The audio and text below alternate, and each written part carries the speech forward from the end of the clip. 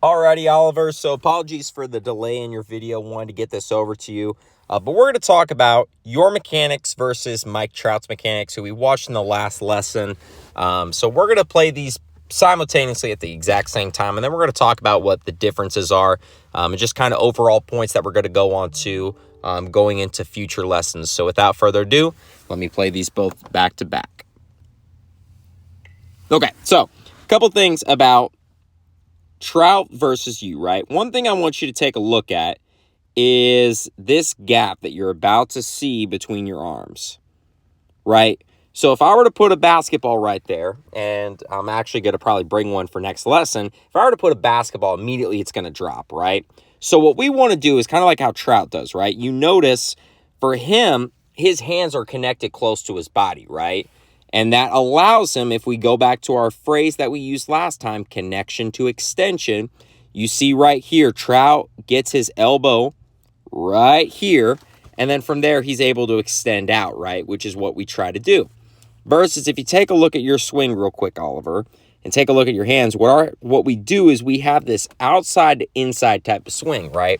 And the reason why we don't want this is because a couple things can happen. The first one is that every single hit is going to be a pull side hit, right? Because think about this. Our barrel is going out and then back around to try and hit the baseball, right? Versus how Trout does it is he comes here and he goes directly towards the baseball, right? With a good plane level, okay? So that is one thing that we want to continue to work on. If I were to look at that line there, that's pretty accurate for Trout right there. That's pretty accurate. Down and then obviously rides that plane up using his hips and his shoulders. And that's something we'll talk about going into future lessons as well. But if you take a look, the one of two things that could happen. So the first one is we have opposite field hits. The second thing that could happen is that we're going to have soft dribblers down here, right? Because the barrel's going to come around, and what's going to happen is where the barrel is going to hit is going to be right at the edge of this baseball here, right? So it's not going to give us powerful hits. So that's why we want to do that. The second thing, if you take a look at your hands, the first movement that they do is they go down, right? And we don't want to go down because what that means that we have to do is we have to come all the way back up, right? And then we send a baseball, obviously, to the top of the cage, right?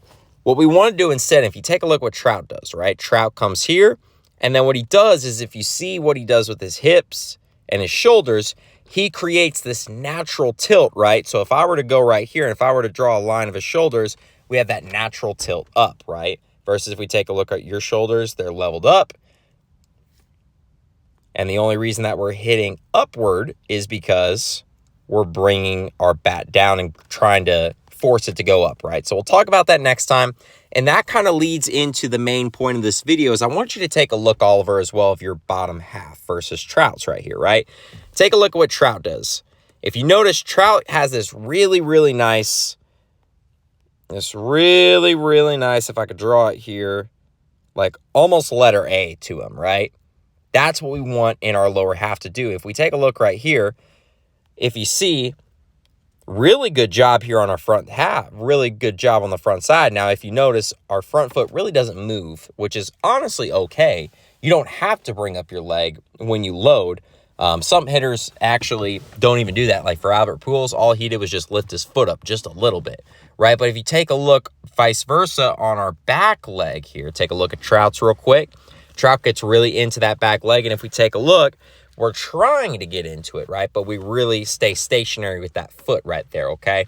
So what we're going to work on going forward in our lessons is obviously making sure that we take a better swing path and really develop a better swing path that way that we can go straight to the baseball, use our phrase of connection to extension, and allowing us to overall get better control over our bat, and especially also working on our lower half. And because Oliver, you're a really, really strong kid, and there's so much in your bottom half there that isn't being utilized. And we'll learn how to do that. And we'll learn going into the next few lessons of really how to use our lower half and how to make sure to use that, kind of like how we see in this video with Mike Trout, okay? So that's a couple things just to start, and then we'll go into it next lesson. But otherwise, Oliver, keep working hard, man. You're doing a great job, and we'll see you next lesson.